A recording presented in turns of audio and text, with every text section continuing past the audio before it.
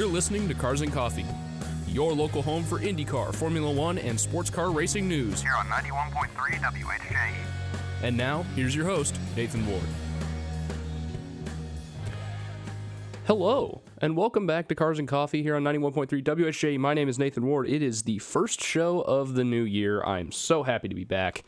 Still by myself again. If you want to change that and come on the show sometime and yap about cars for about an hour, go to our Instagram page at carsandcoffee_WHJE and send us a message. We will. I'll be plugging that throughout the show in case you want to get in touch. Come on the show and talk about cars for a while. We're just gonna come straight in. We're just gonna get straight into it. I'm glad to be back. We had IndyCar at Portland last week. If you're new here, we talk about IndyCar, NASCAR occasionally, not very much anymore. Formula One, sports car racing, anything that's considered, mainstream motorsports. I might do a random automotive segment every once in a while if that so interests me. But the big thing, last week we had IndyCar at Portland International Raceway, and I have a few takeaways from the race, but in summary, Alex Palou locked up his fourth title in 5 years on an absolutely insane run since joining the series in 2020. But Will Power finally got a win on the board for Team Penske. He finally has proven his worth as the lead driver. He's been the lead driver all year, where Scott McLaughlin and Joseph Newgarden especially, has had awful luck this year. He could probably have 3 wins already, but he's been taken out of contention by things that are mostly out of his control. And as a Joseph fan, that's kind of sad to see. But Will Power, a driver that may not return to Team Penske next year, and kind of alluded in his post-race victory interview that he might not come back to Team Penske next year, proved his worth to the team, and he might be the team's only winner. We only have 2 races left in Milwaukee and Nashville. I don't know if a Penske car is going to win. I mean, they're both oval races. Milwaukee was won by a Penske car last year. Milwaukee Race 2, at least, was won by Scott McLaughlin. And Nashville last year was won by Colton Herta. So, again, ovals are kind of wild cards in this series, but not really. Some of them are, but it'll be interesting to see how Milwaukee and Nashville fare to wrap up the season. But Alex Palou, I don't know how the series has come across a driver this good. Like, a lot of people online, a lot of talking heads on Twitter or whatever, have been calling him a generational talent, and I agree. Alex Palou may be one of the most talented drivers to compete in IndyCar in many, many, many years. The closest I can think is his teammate Scott Dixon, who he is 2 championships away from matching. Alex Palou has 4 titles in a 5-year career. That is an 80% championship rate, which is absolutely insane. And up till his crash in Detroit that left him 25th, he had an average finish of 1.25, which absolutely ridiculous numbers. And that start to the season was something that the series had not seen since A.J. Foyt in, I think, 1964. It's been a while. Like, cars still raced on dirt the last time we saw this level of dominance. So, Alex Palou, he had a little bit of pressure from Pato O'Ward at the end, but by the time we got to Portland, Palou had 8 wins, so we all kind of knew that it was going to go that way. We all kind of knew that Palou would just kind of walk away and that O'Ward really didn't have a chance, but unfortunately, his chance, he had a great opportunity. He started from pole after his teammate Christian Lundgaard got a grid penalty. He started ahead of Palou. He was leading for a majority of the opening stint of the race, and then there was a wiring issue in the black box of his car that left him in the pit lane for 10 laps and ruined his race. He was 10 laps down, last running car the rest of the day. Palou just kind of took it easy, still finished third, and still got into it with Christian Lundgaard in the last couple laps, but still finished third, wrapped up a championship. He's ahead by like 164 points, and wins give you 50. So just ridiculous. I can't believe O'Ward on only 2 wins was that close, and I think if he was able to win Portland and keep Palou from scoring points on the tracks where he has struggled, that being ovals. He does have 2 oval wins this year, one at the Indy 500, one at Iowa. But Palou has generally had a worse average finish at the oval races he's competed at. I think if O'Ward didn't have a car issue and he didn't have if he didn't have a car issue and he won Portland and Palou finished maybe outside the top 5, which was absolutely possible. Palou, I think, started 6th because he crashed in qualifying, which is a very rare skill issue from the driver of the 10. But we all have them. But I think, O'Ward could have had a very, very slim shot at the title, and I think if O'Ward ended up winning the title by Nashville, I think it would have been a generationally bad choke from Alex Palou, and it probably really would have put a big black mark on his career. I don't mind Palou being this dominant. I know that might sound really weird, but Palou being this dominant doesn't anger me as much, because it's not because his car is good or his car's cheated up or whatever. It's because he's a good driver. And I think that kind of dominance is needed. If you look at Max Verstappen in 2023 in F1, he was dominant mainly because Red Bull built a rocket ship of a car that year. I'm not trying to, disparage Max's driving talent at all. But the the fact is that Red Bull was ridiculously fast at every track except for Singapore. And Max walked to probably one of the easiest world championships in history. Palou, on the other hand, if you look at the stats, if you look at the drivers who have led a lap, every single driver that has competed, every single full season driver has led a lap this year except for Jacob Abel, which is absolutely ridiculous. It's a crazy stat to have in a season so one-sided. And that's where I think Palou's dominance is a good thing, because he's just that good of a driver. Yes, he's with one of the best teams on the grid, but he was running well in a Dale Coyne car in 2020, the year, actually, no, it's his 4th title in 6 seasons. It's I don't know, I can't do mental math at least, but still, his 5 seasons with Ganassi, he's won the title in 4 of them. Will Power won the title in 2022, but this is a ridiculous talent, and I think if you are Fox, if you're Penske Entertainment, which are the same company now, sort of, we'll get to that later, if you are the higher-ups at IndyCar, you need to get out there and show the world how amazing this driver is. This is a crazy good marketing opportunity to say, hey, this guy came into our series and absolutely took everyone to school for the last 5 years. Even in 2022, he was still winning races. This guy's good. You need to get him out there. You need to get him out to an audience that really appreciates how good of a driver he is. And that's really, I don't have any more to say about Alex Palou. He's just that guy. Moving on to slightly less positive news.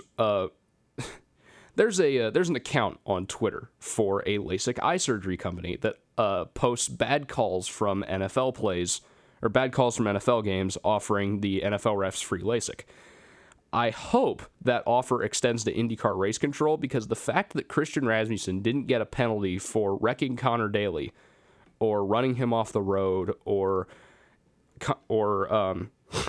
sending him off into the wall, 150 miles an hour, that baffles me. I am a Christian Rasmussen fan. I like Connor Daly. I root for him because he's from Indiana.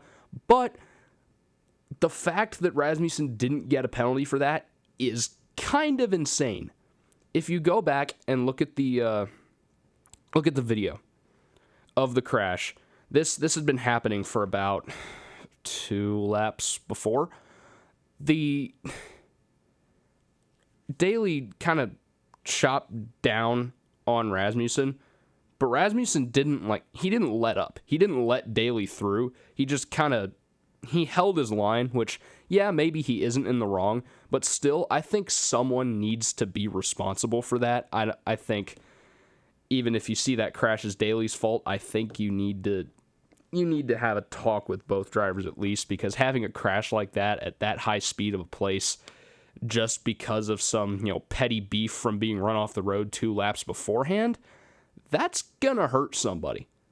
And it almost did. Like, if you look at how Daly's car hit the tire wall, there is barely any suspension damage, which means all of that impact probably went straight to the driver, or was absorbed by other parts of the car that are less solid and still more of the impact force hit the driver instead of the parts of the car that are supposed to absorb the force and come apart.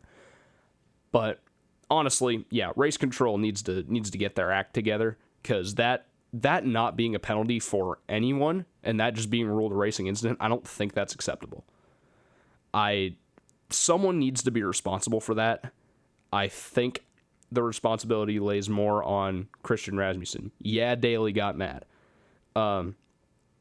Rasmussen should at least be penalized for running Daly off the road on lap 12 or whatever it was. He should, because that's absolutely a penalty. That's something that's been enforced.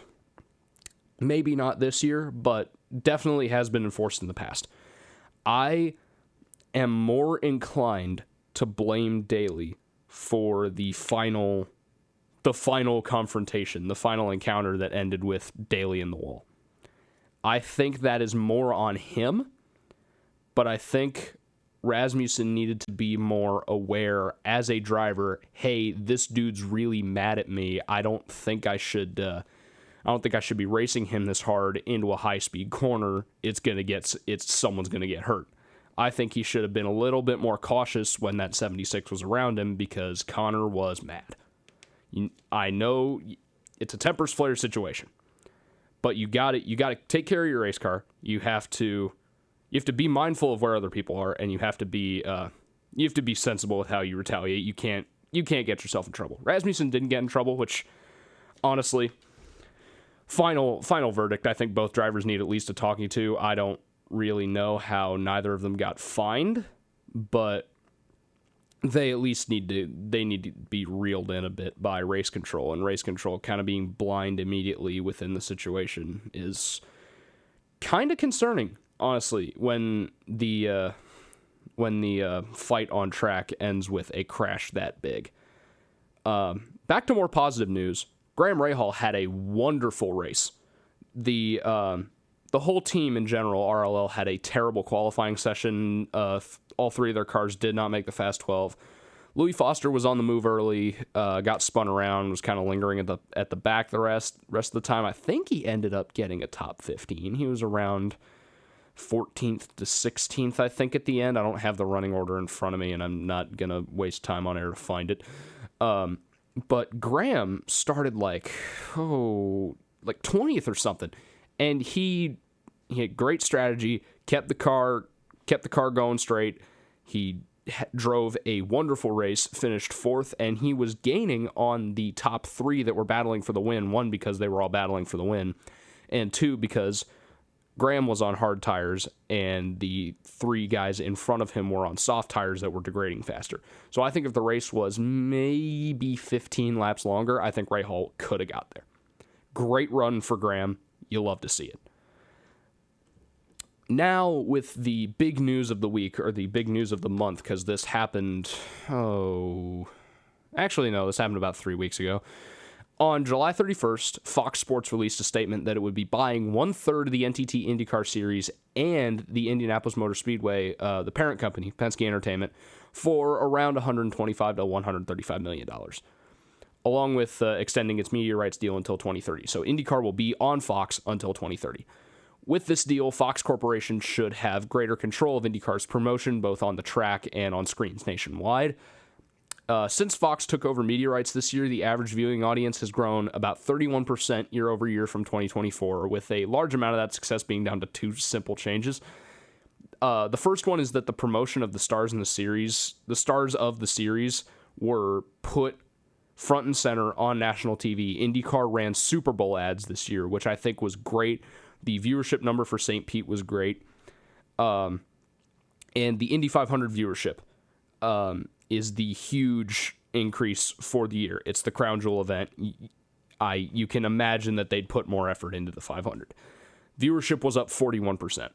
That is awesome. But while the series is generating net growth in average TV viewership, the massive increase in 500 viewers skews the number quite a bit. As most of the other races average about 800,000 viewers per race, a lot of people online recently have been talking about the core 734,000 fans, which the last two races, I think it was Toronto and Laguna Seca, both had 734,000 average viewers. I think that is your core audience. That's where IndyCar is right now, and that is where that's your baseline. It was really hard to get a baseline last year with NBC, but we'll talk about that in a second. For the first year of Fox's media deal, the results have been better and more general audiences in key demographics have been exposed to IndyCar. Back in 2024, when the series was broadcast by NBC, most races were stuck on USA Network, which is, if you don't have a larger cable subscription, it's kind of hard to get. Like, at least if you have like a sports add-on for your cable subscription. I know a lot of people are ditching cable now and going to streaming. That's another thing. IndyCar did not have a streaming option this year. But they will next year because Fox One has just launched for $20 a month, which actually isn't terrible for what they have. On their platform.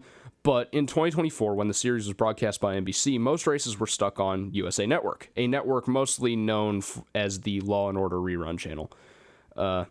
Each race had only 300,000 to 400,000 viewers if you were lucky, and the races streamed exclusively on Peacock. The Toronto race and Milwaukee race 1 had less than 100,000 viewers. People talk about how, streaming is a huge, streaming's a great tool for more people to experience sports. And I'm like, at least for IndyCar, it's not. Like, you are cutting your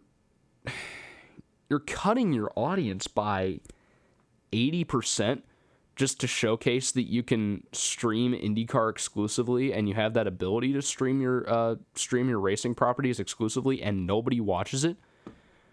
So that really didn't work.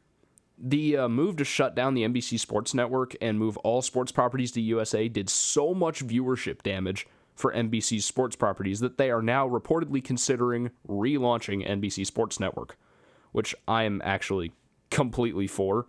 Because I don't want to have to watch motorsports on USA. USA is for Law and Order reruns, as said earlier.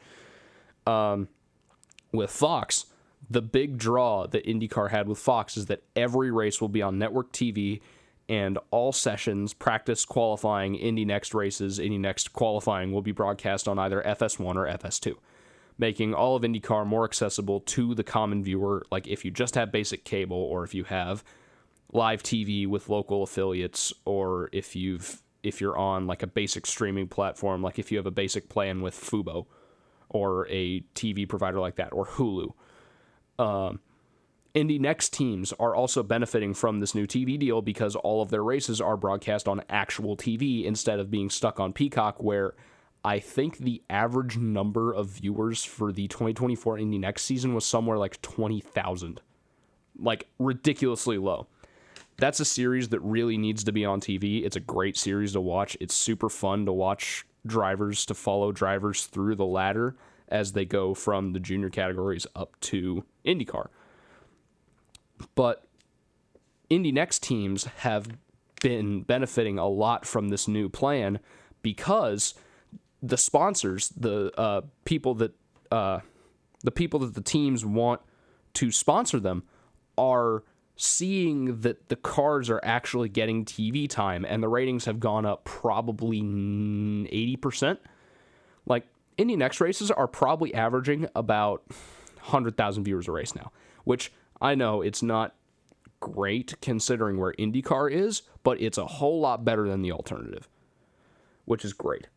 According to IndyCar's press release on their website, which they released the day of the buy-in, Fox's buy-in is the first step to achieving three main goals. In their words, not mine, this is a whole lot of corporate jargon that I don't really understand. Well, I do understand it, it's just written really weird. The first one is creating innovative and industry-leading racing and entertainment events. Simple enough. Second is a hyper-engaged digital strategy and immersive content focus. I think that's something that IndyCar really needs to improve on. They need to change their social media strategy. They need to promote the drivers. They need to just flood the short-form content platforms like YouTube Shorts, TikTok, Instagram Reels, all of the sites like that. For easy views, easy publicity, it is so easy to go viral on TikTok. Like, how do you think some of these dumb trends have been working? Like, how do you think some of those dumb trends have been going viral? It is incredibly easy to go viral on TikTok. I think IndyCar could really benefit from just using more short form content to promote their series, reach a younger audience, use like crazy moments, crashes, great battles, or whatever.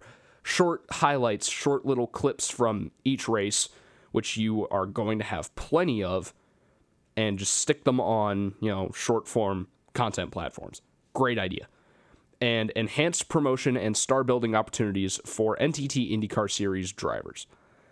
We saw this a little bit with the Super Bowl ads. Those were great. St. Pete's ratings were great. There was a little bit of a fall off in the spring. I think that's down to the schedule. I've been saying this for probably the last year and a half. You need to have more races in the spring. 3 weeks between IndyCar races is not acceptable. That's not great for viewer retention. But the Super Bowl ads are a great start. You could take that concept and expand it with more drivers. Like last year, this year at the Super Bowl, they just did Pato O'Ward, Joseph Newgarden, and Alex Palou. You have so many other names and faces with other international followings, with other, they have large support groups. I think advertising all of the drivers, no matter where they are, what team they're at, where their average finish is, I think you just need to promote the people in your series. Make them seem like ordinary people doing extraordinary things. I think that's where IndyCar needs to go on the promotion side. You need to be able to relate to the drivers, and you need to be able to see how absolutely insane their living is. What they do to make their money is ridiculous. I can't imagine driving an IndyCar. Like, these people are, borderline superhuman. And I think you need to show that, but you also need to show them being regular people, because I think it emphasizes the talent that they have even more. Small crowds don't look good on TV. That's just a fact. With Fox having more input in the actual operation of the series, expect venues like the Indy Road Course and possibly others to be on the chopping block. While the tracks that may be in trouble more than others are ovals like Iowa, because Iowa only had like 6,000 fans this year, like absolutely ridiculously bad numbers. Ovals with good racing product like Gateway, Milwaukee, and Nashville could really thrive with the promotional resources and that extra money that Fox brings to the table. Gateway, fantastic race. Best race of the year that was not the Indy 500. I know a lot of people say the Indy 500 was mid this year. I think the ranking of races, the top three races, I think, are the Indy 500, just because it's the 500, Gateway in second, and Road America in third. Gateway was fantastic. Milwaukee's going to be great. People are showing up to Milwaukee. You need to keep people showing up to Milwaukee, and I think if you got to find an external promoter, but I think Fox's money in the short term will help with that. And Nashville, Scott Borchetta did a great job last year promoting the race with Big Machine. But he did a little thing that is frowned upon in the IndyCar community, and that is suggesting that the series shift to playoffs. And they basically they laughed him out of the room, which is why Big Machine doesn't sponsor the race anymore. It's Scott Borchetta's own bourbon company. But Nashville, Gateway, and Milwaukee could really thrive with that extra money that Fox could bring to the table. And with this extra backing for event promotion, IndyCar may start to look attractive to more venues that might now be willing to give the series a shot at putting on a successful weekend. So tracks like Homestead or other NASCAR-owned venues could be more enticing for them to host IndyCar and possibly make a profit if they have the money and they have the resources and the promotion, the ability to promote the event. They could be more inclined to allow IndyCar to race there. But overall, I think it's a great time to be a fan of the fastest racing on Earth. You're listening to Cars and Coffee here on 91.3 WSJ. My name is Nathan Ward. We're going to take a quick song break, and we will be back with some F1 silly season news. But for our song break, first song break of the year, is Head Full of Doubt, Road Full of Promise by the Avett Brothers. Want more racing news and highlights along with full show replays? 241.428 miles an hour. Head over to the This Week in Racing YouTube channel so you never miss an episode of Cars and Coffee and highlights from your favorite racing series. Just go to youtube.com/@TWIRvids.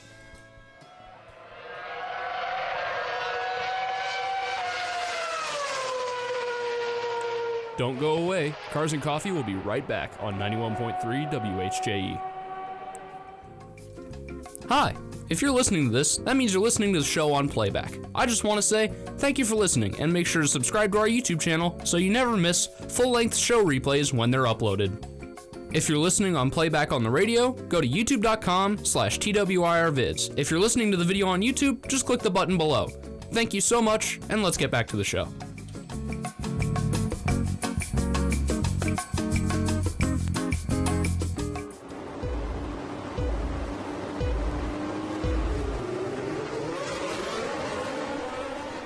We now return to Cars and Coffee here on 91.3 WHJE.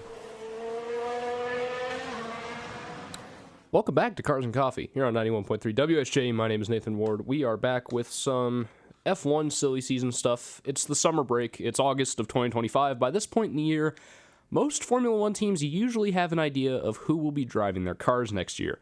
The new Cadillac team, which I'm just going to call Andretti Cadillac because that's basically what it is, they don't have their two seats filled yet. A strange situation for what could be a very easy gateway into Formula One for a driver that takes it. For a return, a new driver coming in, a possibility for a team to take one of their junior drivers and put them in a lower tier car so they get some F1 experience before promoting them to the big team. There's a lot of opportunity with two brand new seats at a brand new team. Team principal, Graham Loudon, formerly of the Virgin/Marussia/Manor team, which really didn't do much in its 6-year run from 2010 to 2016, 7-year run. He's stated previously that he wants a combination of youth and experience in the two Cadillacs. Among the more experienced drivers that could potentially take a Cadillac seat, the only two of them seem like reasonable options.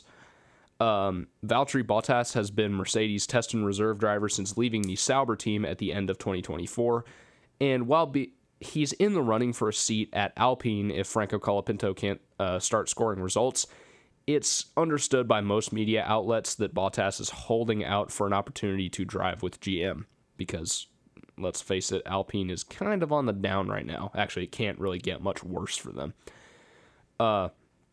On the other hand, there's Sergio Perez, whose favorability in the paddock has dipped a bit after his awful 2024 with Red Bull.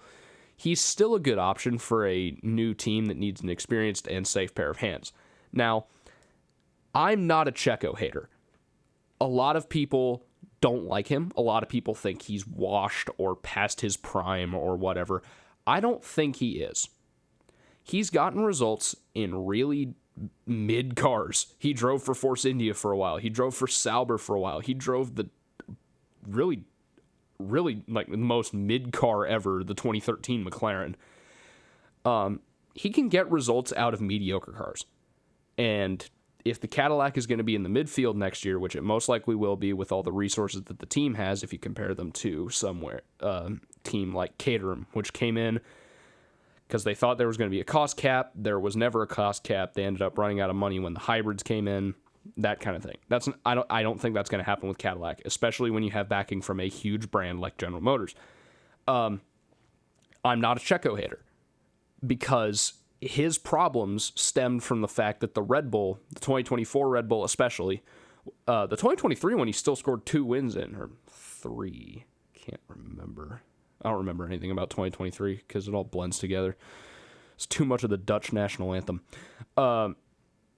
Checo's problems with the 2024 Red Bull really stemmed from one issue, and it's that the car wasn't built for him. The car was built for Max Verstappen, and basically Max Verstappen only.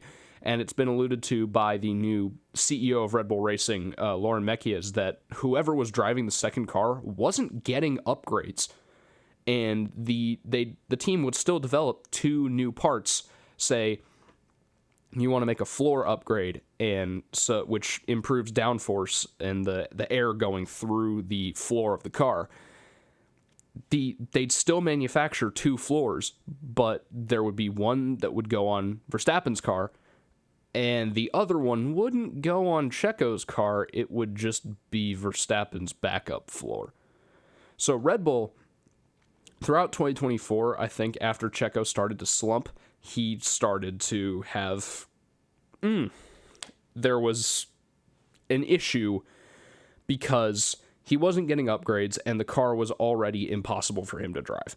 Like, he was still scoring second places earlier in the year, but after Imola, straight downhill. I don't see him doing that with Cadillac. While Checo has had a rough last few years, being in an environment where he is welcomed and not seen as the driver that just needs to be there to meet the 2-car rule requirement will suit him much better.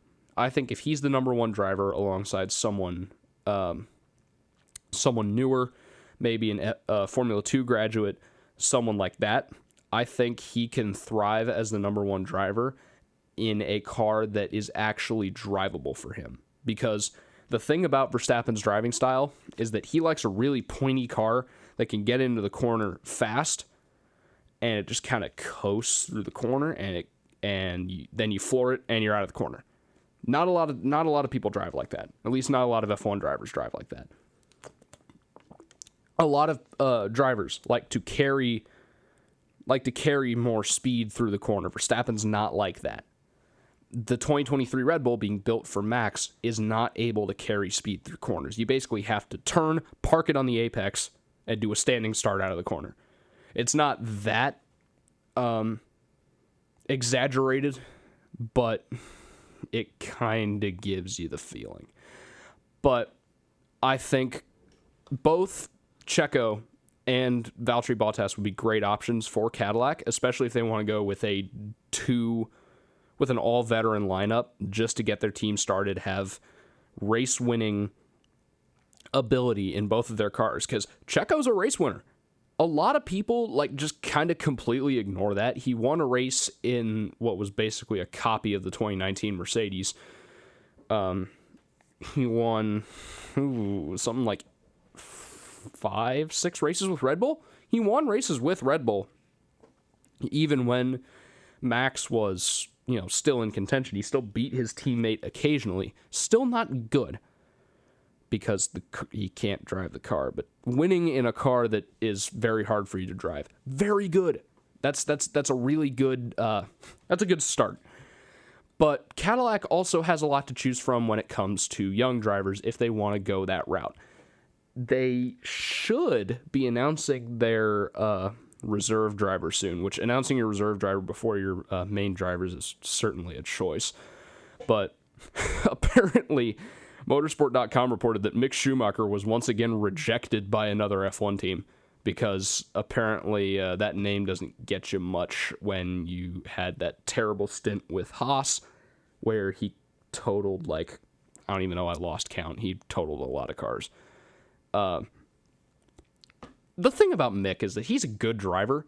He was just driving the 2021 Haas, and the 2022 Haas wasn't much better, but Kevin Magnussen somehow got a pole position out of it. I think if you put Mick in a better car, he'll do better. But again, he's not his dad. He's not, future 7-time world champion. I don't think you're never gonna fill Michael's shoes. That's just not going to happen. So really, for Mick, it was rigged from the start. You are never gonna be your dad. Like, just no. Like, that's just not going to happen, especially in this day and age. There's not going to be an opportunity like that. Like, yes, Mick is a good driver. He is nowhere near what his dad was at the point in his career where Mick is right now. So it's sad to see him get rejected. I really want to see him land on his feet because I was a Mick Schumacher fan when he was in F2. I just don't... He's not a hot commodity. He's not... Again, he's not his dad. But for Cadillac's other options when it comes to young drivers, whether to be the future face of the team or as an opportunity for other teams to get their junior drivers some F1 experience, McLaren Jr. Alex Dunn has been linked with the team by previous reports, and engine supplier Ferrari could be interested in putting one of their junior drivers in the second seat. Since Sauber becomes the Audi factory team from 2026 onwards, Sauber runs Ferrari engines. Ferrari is going to lose a team that they could possibly put a driver in. I mean, they basically lost that when Alfa Romeo left Sauber at the end of 2023, and they were now sponsored by gambling and really terrible off-brand live streaming company. So Sauber's kind of off the table for Ferrari now because they're in the midst of transitioning to be the Audi factory team. Ferrari is supplying Cadillac with engines until Cadillac can build their own engines in 2028 or 2029 or something like that. They might be interested in, say, look, GM, we're giving you engines. How about you do us a solid and put, Dino Beganovic in your car? I put Dino Beganovic out there because he is Ferrari's top junior driver that is not an F1. Because you have Ollie Behrman at Haas. You have, and that's really it. Beganovic is their only academy driver in F2. Rafa Kamara's still about 3 years away from F1 at most. So I think that's where Ferrari would go if they're gonna say, hey, do us a solid, put one of our young drivers in your car. Alex Dunn is a good option. McLaren really is not gonna look at moving on from their driver combo of Norris and Piastri, considering how far ahead they are in the Constructors' Championship right now. They've scored like 5 1-2s in the last 6 races or something like that. The best possibility for Dunn, I think, is landing at Cadillac, because there really isn't a connection. There's no connection to McLaren, but there's really no connection to any other team except for the Ferrari engines. And I think if Ferrari is not interested in using Cadillac as their own junior driver farm team, like they do with Haas, I think that's a good option for Dunn to go. He's a very, very, very talented driver. He's been proving himself incredibly well in F2. I think if you're going to keep Norris, you're going to keep Piastri in the 2 main cars, I think you're going to want to farm Alex Dunn out to Cadillac to give him some F1 experience, and then if Norris or Piastri decides to move on, which I doubt they will if that car is still winning championships, but in the case that they do, you want to have a backup driver. So I think having Alex Dunn get that experience is going to be good for McLaren. But in the end, the second Cadillac could come down to which team will give GM more money to put their junior drivers in the seat, or if Ferrari cares at all. Or there's the third option where they go with the all-veteran lineup I mentioned earlier of Bottas and Perez. with it being the F1 summer break right now, rumors are running rampant, and a lot of random fake news outlets are reporting like breaking news, new bombshell report, Max Verstappen's going to leave for Haas or whatever. Like, just ridiculous headlines. So, like, we are probably not going to know anything about the Cadillac situation until we get to the Dutch Grand Prix at Zandvoort next weekend. Yeah, I think next weekend. F1 is back next weekend. Yippee!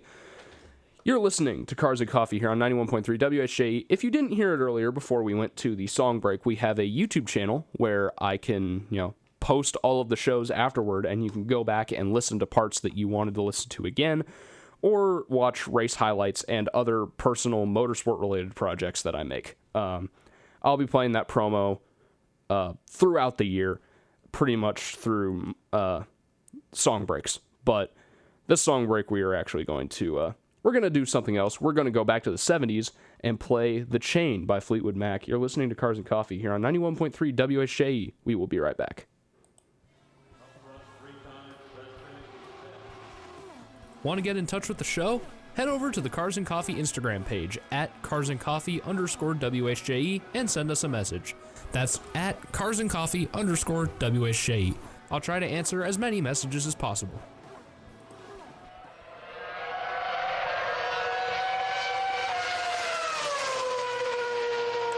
Don't go away. Cars and Coffee will be right back on 91.3 WHJE. Hi. If you're listening to this, that means you're listening to the show on playback. I just want to say thank you for listening, and make sure to subscribe to our YouTube channel so you never miss full-length show replays when they're uploaded. If you're listening on playback on the radio, go to youtube.com/TWIRvids. If you're listening to the video on YouTube, just click the button below. Thank you so much, and let's get back to the show.